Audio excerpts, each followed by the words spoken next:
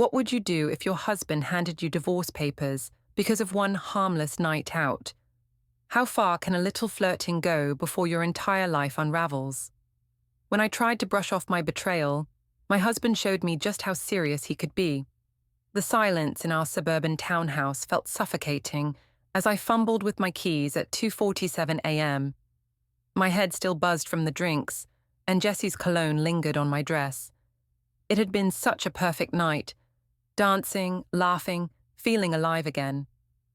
Nothing serious happened, just harmless fun. Adrien sat in the living room, still in his pajamas, laptop closed on the coffee table. His dark eyes tracked my movement as I kicked off my heels. "Hey, baby," I said, forcing brightness into my voice. "You waited up? You didn't have to do that." He didn't respond, just stared. "Come on, don't be like that. I told you I was going out with the girls. Sarah wanted to celebrate her promotion, and you know how she gets when she's excited." "Sarah went home at 10:30, Adrien said quietly. "She called looking for you around 11. My stomach dropped, but I kept my expression neutral. "Oh, well, some of us stayed out longer. You know how it is." "Do I?" The way he said it made my skin crawl. I walked to the kitchen, needing space to think.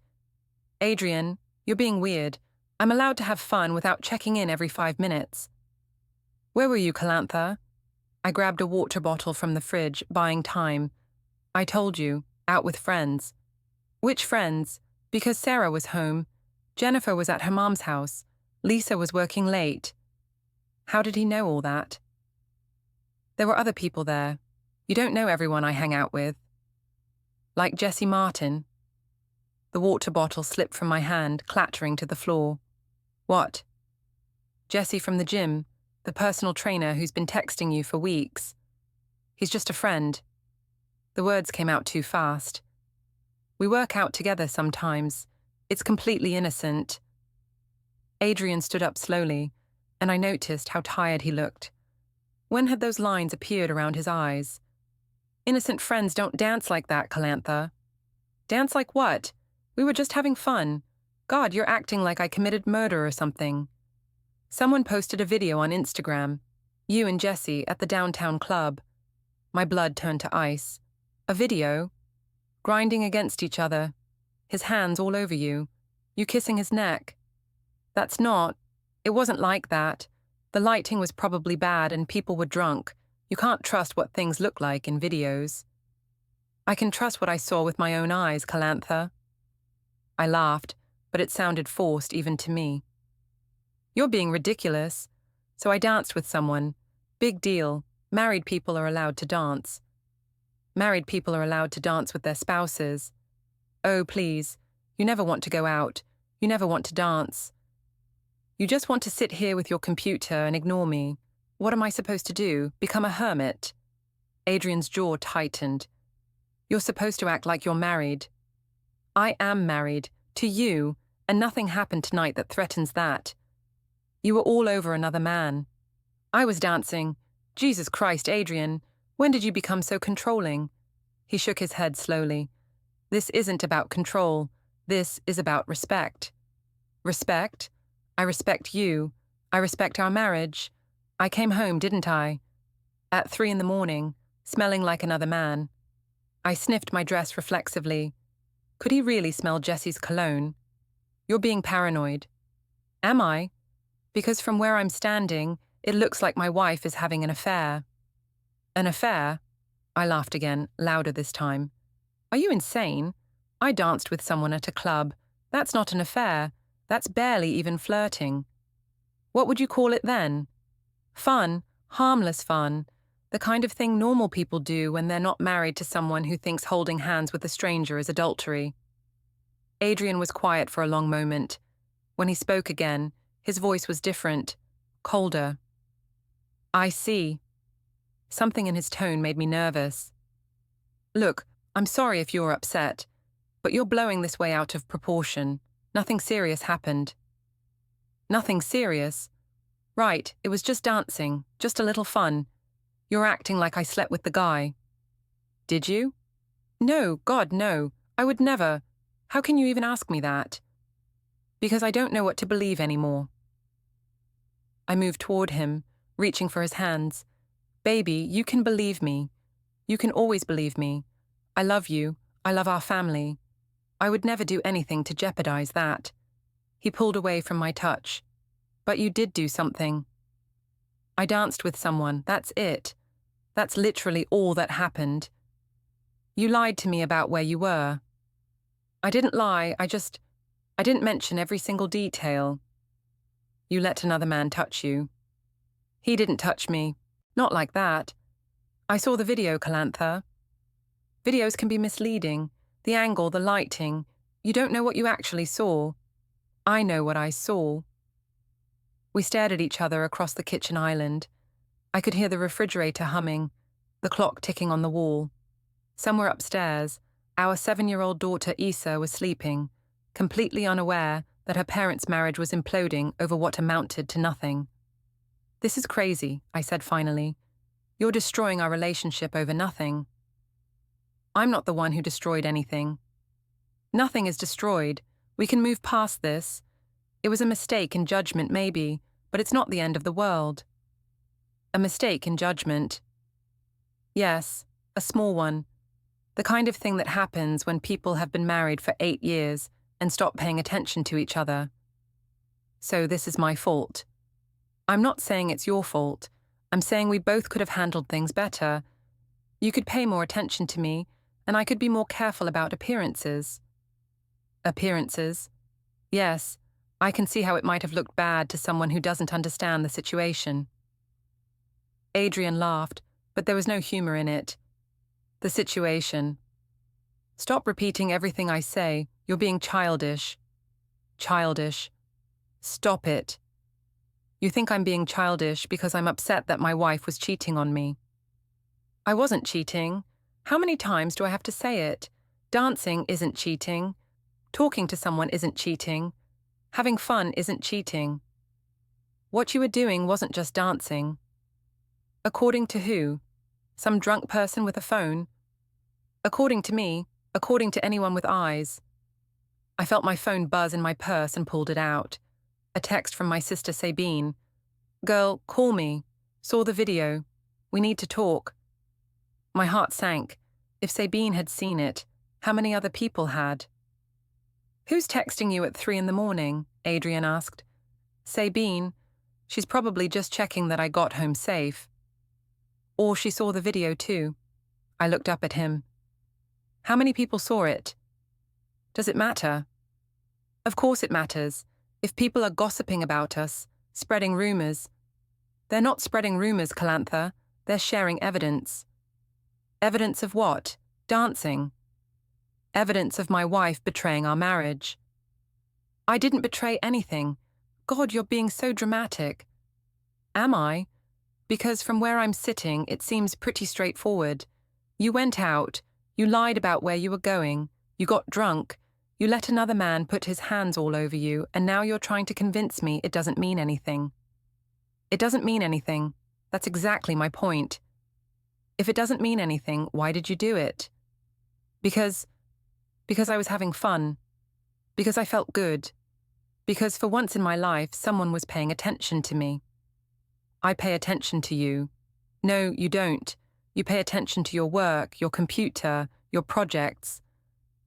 When was the last time you looked at me? Really looked at me? The way Jesse looked at me tonight? Jesse. Yes, Jesse. He made me feel beautiful. He made me feel wanted. He made me feel like a woman instead of just a mother and a wife.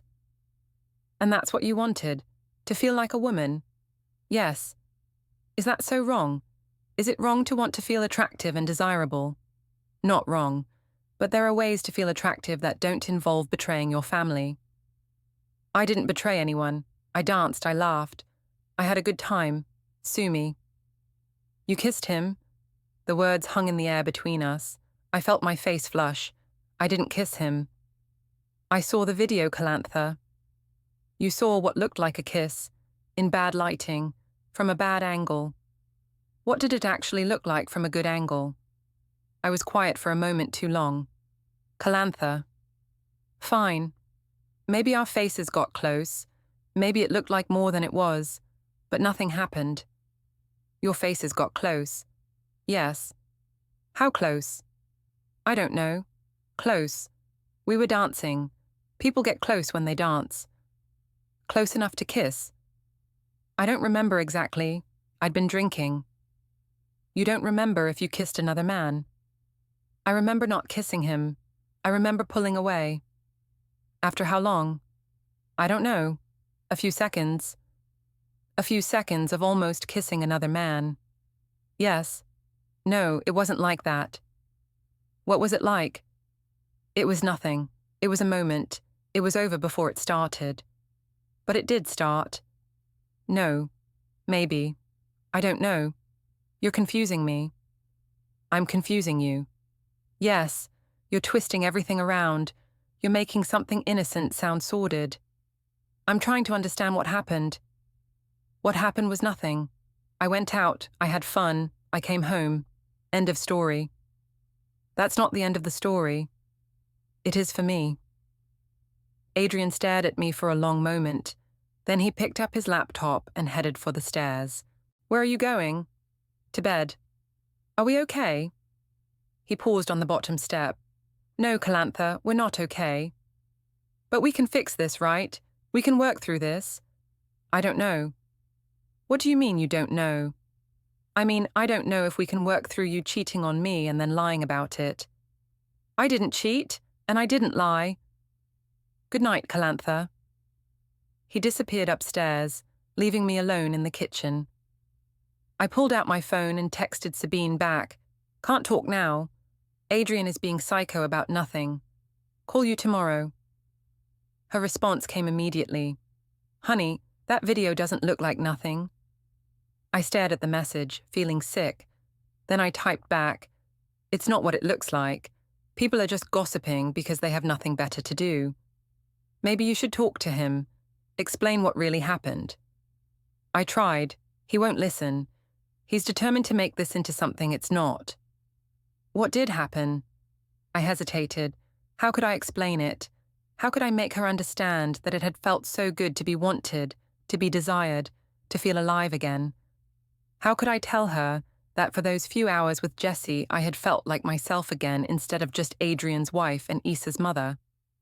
Nothing happened. We danced. We talked. That's it. The video makes it look like more than that. Videos lie. You know that. Okay, if you say so, but maybe you should apologize anyway, just to smooth things over. Apologize for what? Having fun? For making him worry. He wouldn't have worried if he trusted me. Honey, I have to go. Talk tomorrow. I turned off my phone and headed upstairs. Adrien was in the guest bedroom, door closed. I could see the light under the door and knew he was probably working, or researching, or doing whatever it was he did when he was upset. I changed into my pajamas and got into our empty bed. The sheet smelled like home, like safety, like the life I had built. The life I wasn't going to let anyone destroy over something so stupid. As I drifted off to sleep, I heard my phone buzz with another text. Probably Sabine again, or maybe one of the other girls who had seen the video. Let them talk. Let them gossip. By next week, they'd have moved on to someone else's drama. But when I checked the message, it wasn't from Sabine. It was from Adrien's mother, Miriam. We need to talk. My blood ran cold. How did she know? How many people had seen that stupid video? I turned off the phone without responding. Whatever she wanted to say could wait until morning. Right now, I just needed to sleep and let this whole thing blow over. Everything would be fine. It had to be. Sunday morning arrived grey and drizzly, matching my mood perfectly. I'd barely slept, and Adrien had left early for his run without saying a word. Issa was eating cereal and watching cartoons, blissfully unaware of the tension crackling through our house. "Mummy, why did Daddy sleep in the other room?" she asked without looking away from the TV. "He was working late and didn't want to wake me up," I said, pouring coffee with shaking hands. "He seemed sad this morning." "He's just tired, baby." My phone had been buzzing all morning with messages I was afraid to read. Finally, I couldn't avoid it anymore. Sabine had texted, "Mom wants to talk to you." She saw the video too. Great, just perfect. There were messages from co-workers, friends, even people I barely knew. The video had spread faster than I'd imagined possible. But it would die down. These things always did. Adrien came back from his run sweaty and grim-faced.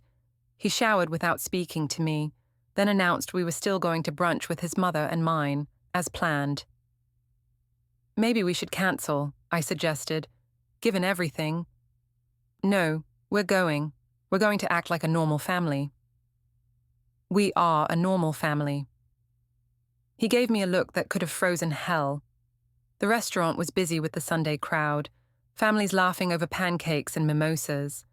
Miriam was already seated when we arrived, her silver hair perfectly styled, her expression unreadable. My mother Judith sat across from her, looking uncomfortable. "Kalantha," Miriam said as we approached. Her voice was cool, professional.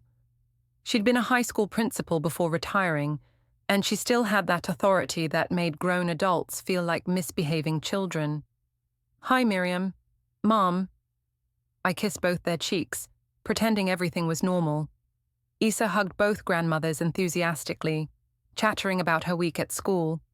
At least someone at this table was happy. "So," Judith said once we'd ordered, "how was your night out yesterday, dear?" I felt heat rise in my cheeks. "It was fine, just a girls' night." "I heard it was quite eventful," Miriam said quietly. "Not really. Just dancing and drinks. You know how it is." "Actually, I don't," Miriam replied. "When I was married to Adrien's father, I didn't go out dancing with other men." "I wasn't dancing with other men. I was dancing with friends." "Male friends." "Some of them, yes. It's not 1950, Miriam. Married women are allowed to have male friends." "Of course they are, but there are boundaries." "I didn't cross any boundaries." Adrien sat silently, cutting his pancakes into perfect squares, but not eating them. Issa was coloring on her kids' menu, humming to herself. "Kalantha," my mother said gently, "perhaps you could explain what actually happened. People are talking, and some of the things they're saying. People always talk. That doesn't make what they're saying true." "So the video is fake?" Miriam asked. "The video is misleading. It makes something innocent look inappropriate." "What exactly was innocent about it?" I felt trapped.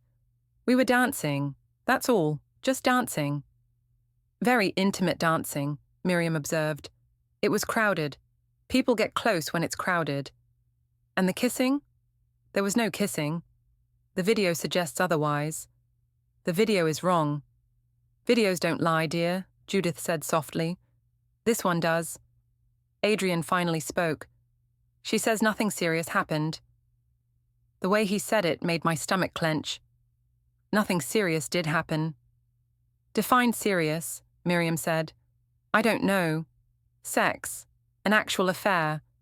Something that would actually threaten our marriage." "And you don't think what you did threatens your marriage?" "No. I think Adrien's reaction threatens our marriage." The silence that followed was deafening. Even Issa looked up from her coloring. "My reaction," Adrien said slowly. "Yes, you're blowing this completely out of proportion." "Am I?" "Yes, you're acting like I committed some unforgivable sin when all I did was have a little fun." "A little fun." "Stop repeating everything I say. I'm trying to understand your perspective." "My perspective is that married people should trust each other. They should give each other the benefit of the doubt. They should communicate instead of making assumptions." "What assumptions am I making?" "That something inappropriate happened." "Did it?" "No." "Then why are you being so defensive?" "Because you're attacking me, because everyone is acting like I'm some kind of criminal." "No one is attacking you," Miriam said calmly. "We're trying to understand." "Understand what? I went out, I had fun, I came home. End of story." "The man you were with," Judith said. "Who is he?" "Just a friend." "What kind of friend?" "A gym friend, someone I work out with sometimes." "Is he married?" I hesitated. He has a girlfriend. And does his girlfriend know about your friendship? I don't know. It's not my business. It became your business when you started dancing with him like that. Like what? How was I dancing? Like you weren't married, Miriam said bluntly. That's not fair. Isn't it? Because from what I saw, there was nothing in that video that suggested you were a married woman. I don't wear a sign that says married when I go out. You wear a wedding ring. I looked down at my hand. The ring was there, a simple band that Adrien had saved for months to buy. Of course I do. But you act like you don't. I act like a normal person having a good time. Normal married people don't act like that with other people's boyfriends. Act like what? Kalantha, Judith said gently. I think what we're all trying to say is that your behavior last night was inappropriate for a married woman. According to who? According to basic decency, Miriam said. Basic decency? For dancing. For the way you were dancing. For the way you were touching him. For the way you let him touch you. He barely touched me. The video shows his hands on your waist, your back, your... Stop, please. Issa is right here. Then perhaps you should have thought about Issa before you behaved that way in public. The accusation hit me like a slap. Don't you dare bring my daughter into this. She's already in it, Kalantha. She's going to hear about this at school. Her friends' parents will talk. She's going to have questions. Questions about what? About her mother having friends. About her mother acting inappropriately with men who aren't her father. I wasn't acting inappropriately. Then why are you so upset? Because everyone is ganging up on me. Because no one will listen to my side of the story. We're listening, Adrien said quietly. No, you're not. You've already made up your minds. You've already decided I'm guilty of something. Guilty of what? I don't know, you tell me. What exactly am I supposed to have done? You betrayed your marriage vows. By dancing. By acting like you were single. I didn't act like I was single. You acted like you were available. Available for what? For him. For who? For Jesse. The name hung in the air between us. I realized I hadn't mentioned his name to the mothers. How did they know? How do you know his name? I asked. It's on his social media, Miriam said, along with several photos of the two of you. My heart stopped. What photos? From last night, and from other nights. Other nights? This wasn't the first time, was it? Judith asked gently. The first time what? The first time you've gone out with him. I felt the walls closing in. We've worked out together, that's all. And gone for drinks after. Sometimes, with other people. Not always with other people. Sometimes just the two of us. So what? I'm allowed to have friends. Male friends you go to bars with alone. Yes, friends go to bars. That's what friends do. Married friends don't go to bars alone with attractive single men, Miriam said. He's not single. He has a girlfriend. Which makes it worse. Makes what worse? Your behavior. You're both betraying your relationships. We're not betraying anything. We're friends. Friends don't dance like that. You don't know how friends dance. I know how married women should behave. And how is that? Like prisoners? Like we're not allowed to have lives outside our marriages? Like women who respect their commitments? I respect my commitment. I love my husband. I love my family. Then why are you risking it all for some gym rat? I'm not risking anything. And Jesse isn't a gym rat. He's a nice guy who pays attention to me. Pays attention to you how? Like I matter, like I'm interesting, like I'm worth talking to. And Adrien doesn't make you feel that way. I glanced at my husband, who was staring at his untouched food. Adrien is a good man, but he's busy. He works a lot. He has other priorities. Other priorities besides his wife. Besides making me feel special. So you found someone who would. I found a friend who appreciates me. Appreciates what about you? My sense of humor, my intelligence, your body. That's not what this is about. Isn't it? because that video looked very much like it was about your body. You're twisting everything. I'm stating facts. The facts are that I danced with a friend. That's it. That's the whole story. That's not the whole story, and you know it. Before I could respond, a woman approached our table. She was young, maybe late 20s, with dark hair and furious eyes. "Excuse me," she said, looking directly at me. "Are you Kalantha Price?" My blood turned to ice. "Yes."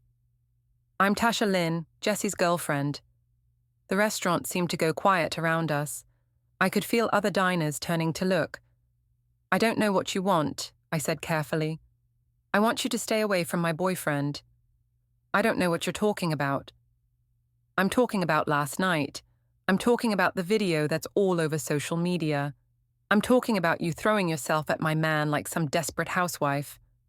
"I wasn't throwing myself at anyone." "Really? Because it sure looked like it to me, and to everyone else who saw it." "You're misunderstanding the situation." "Am I? Because from where I stand, it looks pretty clear. You're a married woman who can't keep her hands off other people's men." "That's not true." "Then explain the video." "We were dancing. That's all." "That wasn't dancing. That was foreplay." "You're being ridiculous." "Am I? Because Jesse came home last night talking about some crazy married woman who wouldn't leave him alone." The words hit me like a physical blow. "That's not what happened. He said you followed him around all night. He said you kept buying him drinks. He said you practically begged him to take you home." "That's a lie." "Is it? Because he seemed pretty uncomfortable about the whole thing." "If he was uncomfortable, why didn't he leave?" "He tried to. You kept following him." "I did not follow him anywhere." "Really? Because he said you followed him to the bar, to the bathroom, to the parking lot." "I went to the bathroom. That's not following." "And the parking lot?"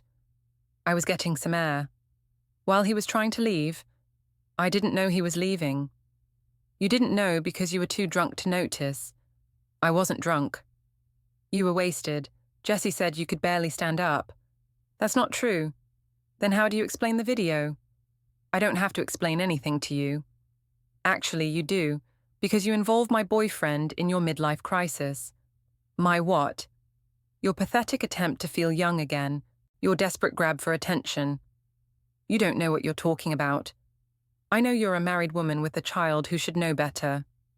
"Don't talk about my daughter." "Then don't act like a teenager when you have a daughter watching." I stood up abruptly, my chair scraping against the floor. "I don't have to listen to this." "Yes, you do, because I'm not done." "Well, I am." "Stay away from Jesse, stay away from the gym, stay away from anywhere he might be." "You can't tell me where I can and can't go." "I can tell you to stay away from my boyfriend." "He's not your property." "And he's not yours either. You're married. Act like it." She turned and walked away, leaving me standing there with every eye in the restaurant on me. I sat back down slowly, my hands shaking. "Well," Miriam said quietly, "that was enlightening." "She's crazy," I said. "She's jealous and making things up." "Is she?" Judith asked. "Yes. Jesse and I are friends. She can't handle that." "Friends don't usually inspire that kind of reaction from girlfriends." "Some people are just possessive. Some people have good reason to be." My phone buzzed. A text from an unknown number. "Thought you should know this is making the rounds." Attached was the video from last night. I watched it with growing horror. It was worse than I remembered. Much worse. Jesse's hands were everywhere. My body was pressed against his, and at the end, there was definitely a kiss. Brief, but unmistakable.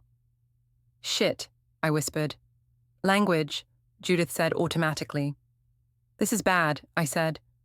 "Yes," Adrien said quietly. "It is."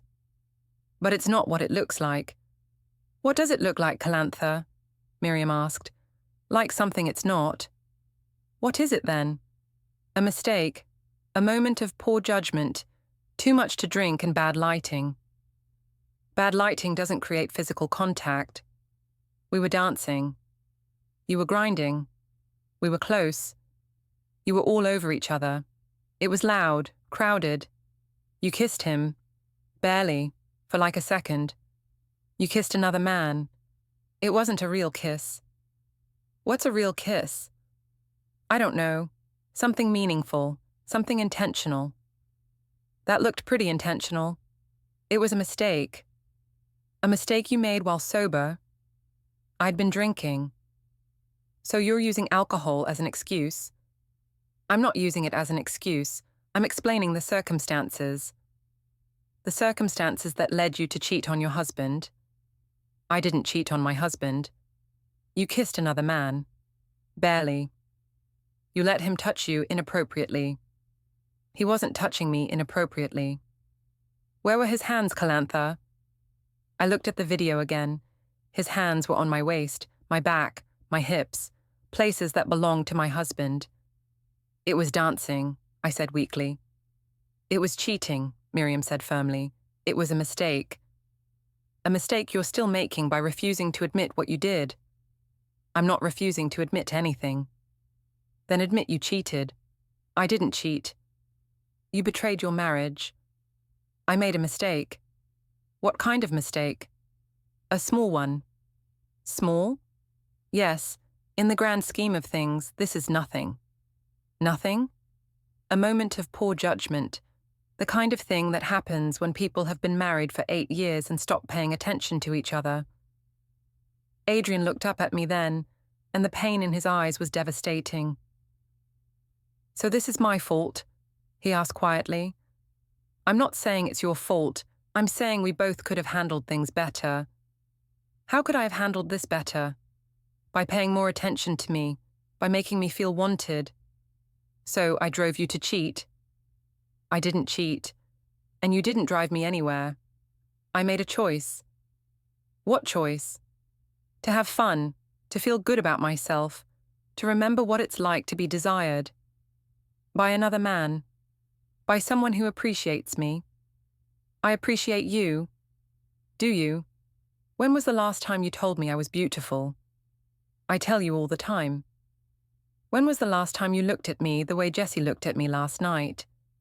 I look at you every day. Like you want me. I do want you. Then why don't I feel it? Maybe because you're too busy looking for attention from other men. The words hung in the air between us. I felt tears start to form. That's not fair. Isn't it? I love you, Adrien. I love our family. I would never do anything to hurt that. But you did do something. I made a mistake. A mistake that's now public. A mistake that our daughter will hear about. A mistake that's humiliated our entire family. I never meant for any of this to happen. But it did happen.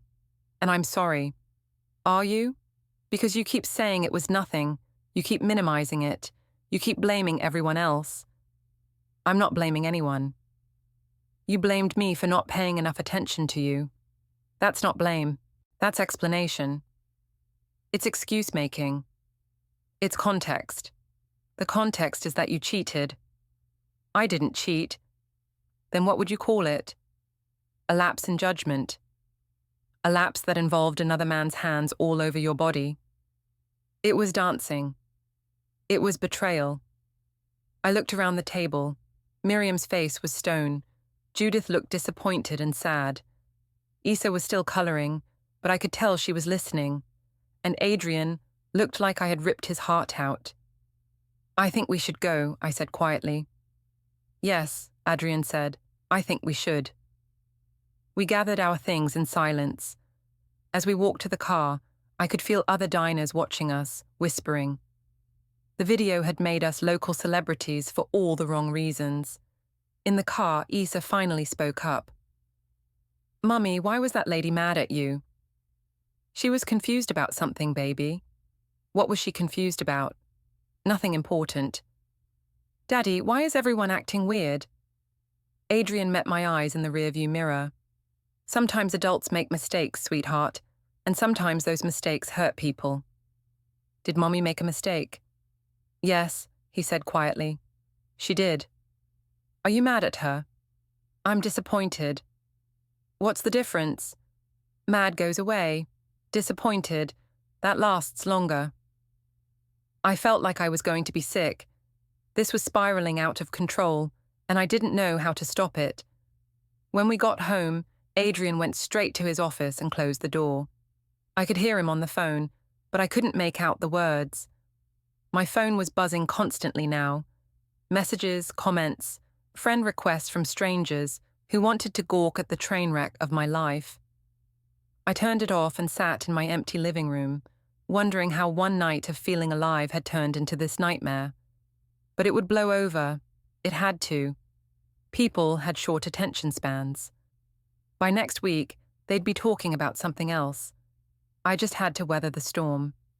Monday morning arrived like a slap to the face.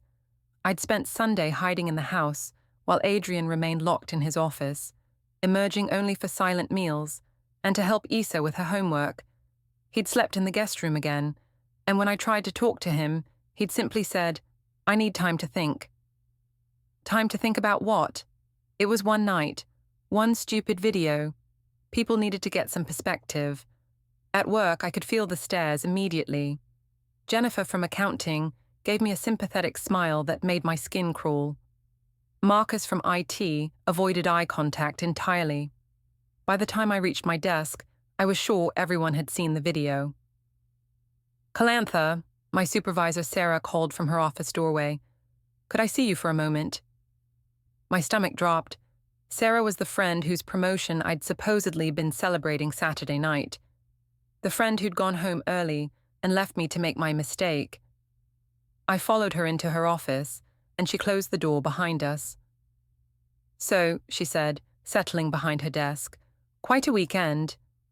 "Sarah, I can explain." "Can you? Because I've been getting calls all morning from people asking if I was there Saturday night, asking if I saw what happened." "What did you tell them?"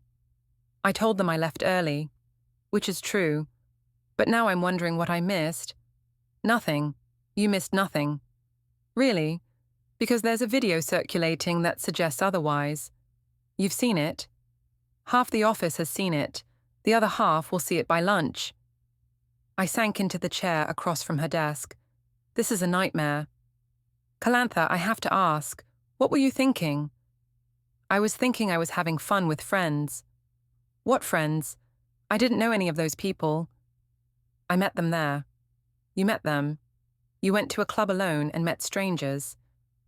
"I went to have a good time, to celebrate your promotion, to feel normal for once."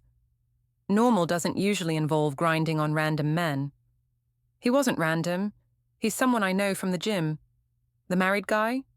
"He's not married. He has a girlfriend." "Which makes it better, how?" "It doesn't make it better or worse. It makes it irrelevant." "Irrelevant? Kalantha, you're married. You have a child. How is any of this irrelevant?" "Because nothing happened. It was dancing. It was fun. It was harmless." "Harmless? Have you seen the comments on that video?"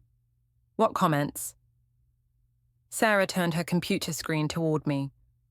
The video was posted on multiple social media platforms, and the comment sections were brutal. Disgusting behavior from a married woman. Poor husband, hope he divorces her. This is why I don't trust wives who go out alone. Trashy, just trashy. Someone should call CPS. This woman has a kid. I felt sick reading them. These people don't know me. They don't know the situation.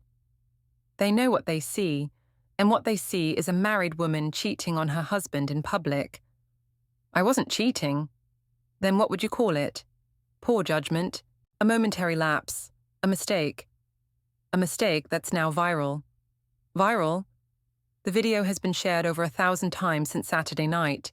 It's on Facebook, Instagram, TikTok, Twitter. Someone even posted it on YouTube. Oh God. Kalantha, I have to ask, has this happened before? Has what happened before? You and this guy, is this an ongoing thing? We're friends. We work out together sometimes. Just work out. We've had drinks a few times, dinner once or twice, as friends.